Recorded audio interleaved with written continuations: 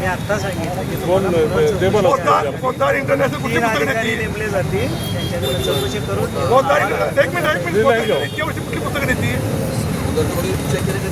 केलंय सगळे अहवाल आहेत सगळ्यांनी केलं मला माहिती काय शेअर केला होता पण अधिकारी म्हणून काय कारवाई झाली मग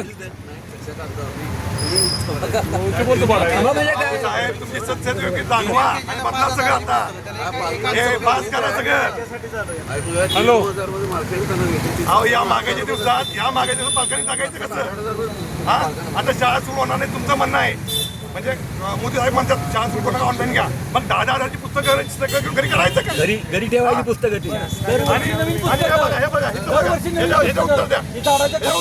वर्षाला अभ्यास क्रमांक बदल वर्षाला अभ्यास क्रमांक बदल पोराशीला मागचं काही कळतच नाही आणि पुढचं आल्यावर काही कळत नाही या सरासरीलाच कळत नाही की ह्याचा काय अभ्यास घ्या नाही सगळे आमच्या मुद्दे आता माझं लास्ट स्टेटमेंट आहे की याच्यावर नियुक्तीची आम्ही चौकशी नेमतोय 3 दिवसामध्ये अहवाल सादर करण्याची त्यांना आम्ही आदेश देतो. अहवाल आल्यानंतर आम्ही 100% कारवाई करू.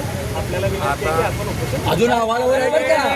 साहेब 3 दिवसांना अहवाल देते ना 3 दिवसांना उपोषण सोडू अहवाल दिल्यानंतर उपोषण सोडू अहवालावर आहे आपण दिलेल्या प्रूफवर काय नाहीये कमिटीमध्ये चौकशीला आता ह्यो माणूस कुठल्या कशाला गॅरंटी नाही आता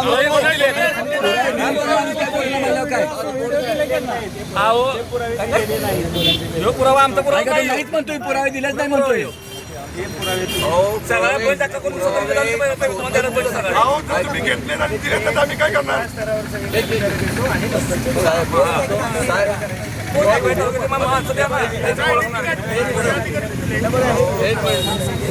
साहेब एक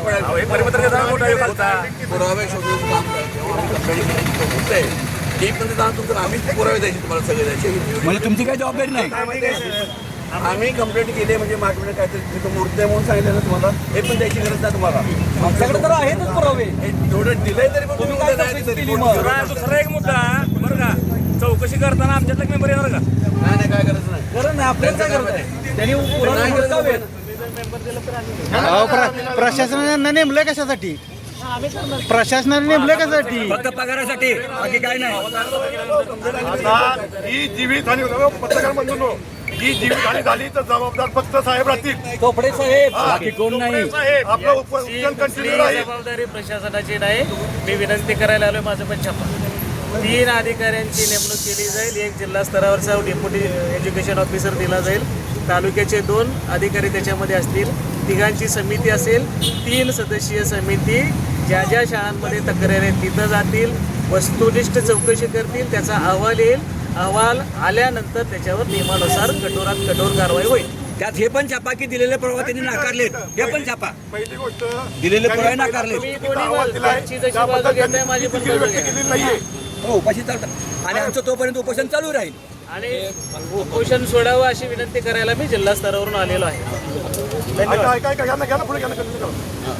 त्यांनी साहेबांनी जसं सांगितलं की त्यांनी अहवाल तयार केले चुकीचे अहवाल तयार केले आता आपण दाखवले त्यांना व्हिडिओ पण आपण दिलाय आणि अशाच चुकीच्या पद्धतीने अहवाल परत तयार करतील आणि हे उपोषण कंटिन्यू ठेवायला लावतील.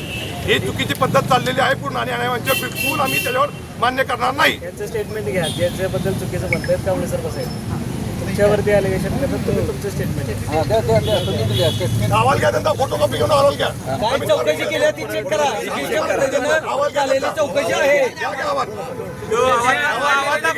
हा दोषी अधिकाऱ्यांवर कारवाई व्हावी 100%.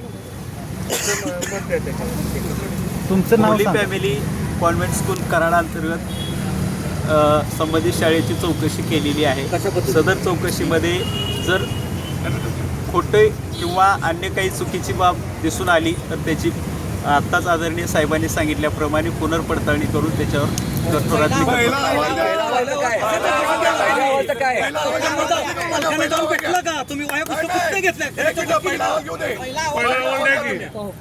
अहवाल बघायचं अहवाल आहे त्यांच्याकडे पहिला अहवाल आहे त्यांच्याकडे.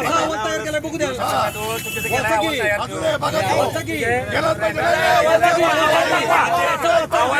साहेब अहवाल दाखवा नाही, अहवाल दाखवायचा आहे तुम्हाला. नाही ना, बघितलं. बरं का सर दाखवा ना अहवाल दाखवा ना अहवाल वाचन करा तुम्ही बरं का अहवाल वाचन करा अहवाल केलेला नाही. ठीक आहे, धन्यवाद.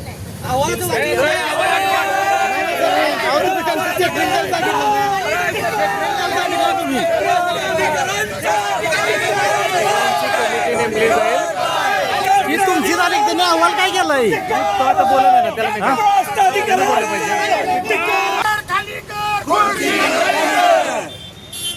भ्रष्ट अधिकाऱ्यांचा